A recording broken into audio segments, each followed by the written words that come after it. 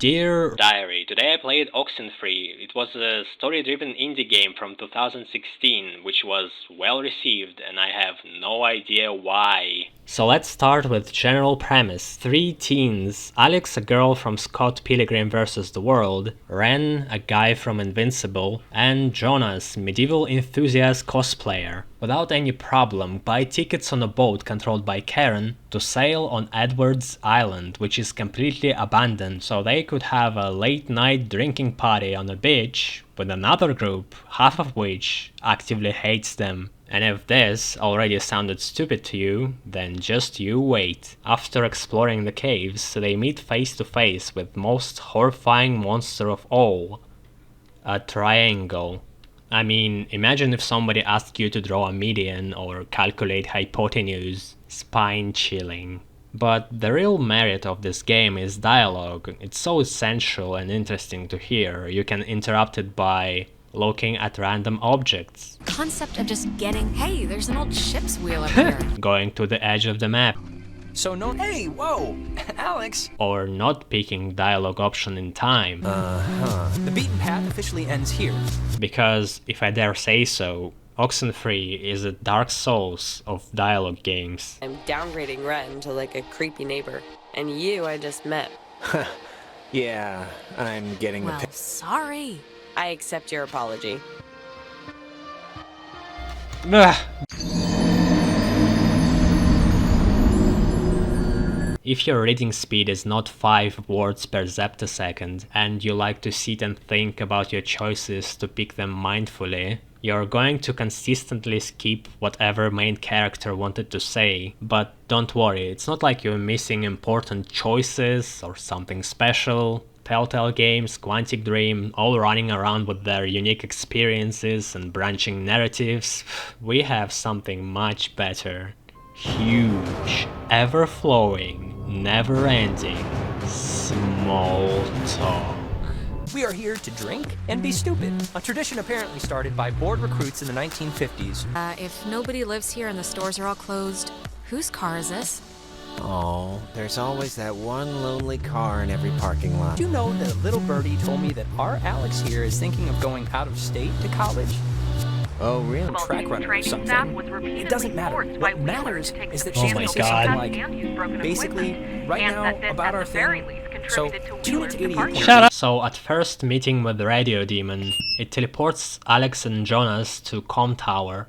Our group is so chilled and unimpressed by the whole situation, they start cracking jokes.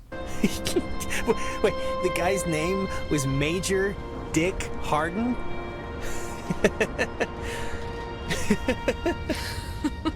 Yep. It almost makes the whole trip worth it, doesn't it? But to keep appearances and pretend to be human beings and not poorly written characters, they climb tower and call for help. The only person who responded was Ren, and I was glad to discover he resides in the same state of mind as our protagonist. Hey, did you know that it's named after some guy named Dick Harden? It's still funny. Ren says something strange happened and he wants them to come to a cabin in the woods to meet up. Alex rightfully assumes Ren had too much drugs. Gonna take a little magic trip to Cupcake Town. Why would you eat a whole pop brownie? Of all the nights? Couldn't he have just huffed a paint can like a normal person? And acting like a child. We're just gonna walk through what amounts to a park to pick up some frightened children, Jonas. And it's not connected whatsoever to a supernatural event they witnessed mere moments ago. That's where a true gameplay experience begins. So I walked, talked and tuned my radio to play a song and set up a proper spirit for our little adventure. Then I walked, talked and tuned my radio to hear a rich lore of Oxenfree universe. Now, Edwards Forest is an internationally recognized wildlife refuge and bird sanctuary, home to 120 bird species. And then I walked, talked and tuned my radio and we found a cable car. That's where Jonas revealed his dark side. Jonas. It means oppressor, right? So what does it say to do? Just let me do it. That way, if something bad happens... Please, I can handle pulling 2 switches. I really just don't like... I can't think of a way to delicately put this. He dared to patronize me, so I had to quickly protect my feminine rights. What? Someone with 2 X chromosomes doing it? Someone who shaves her legs? With that battle won for humanity, I tuned my radio to get out of the room, and then talked out of the screen. That's where Ghost decided to play a prank on Alex and Jonas. When they reached left corner of the map, it rewinded them back to the beginning. But joke's on you, Ghost, Jonas had a memory wipe, and Alex just wasn't sure about what she saw a few seconds ago. Wasn't this... We passed this a minute ago, right? And it wasn't burning? I honestly don't remember. So it had to do it multiple times until even oppressor Jonas gets it. And I still can't admire enough a calm demeanor of our group in this somewhat stressful situation. Oh my god. Alex, can you believe this?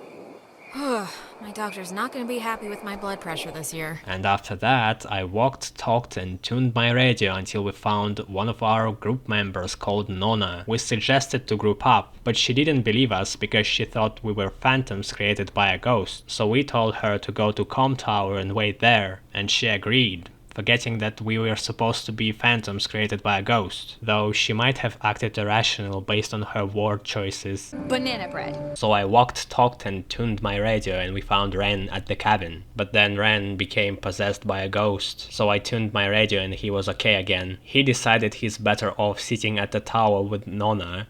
Just keep it in your pants, okay? No promises. And so he left us. Then we heard Clarissa calling for help. Can anyone hear me? Anybody?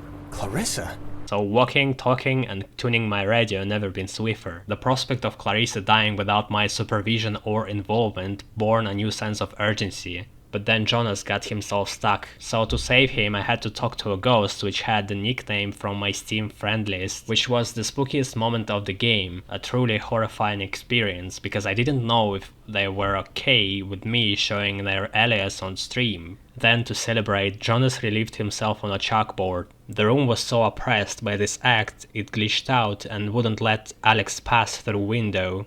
No matter how many times I have tried and restarted and saw Jonas peeing, the window was shut tight. Seems like other people had the same problem in here, but there was no solution.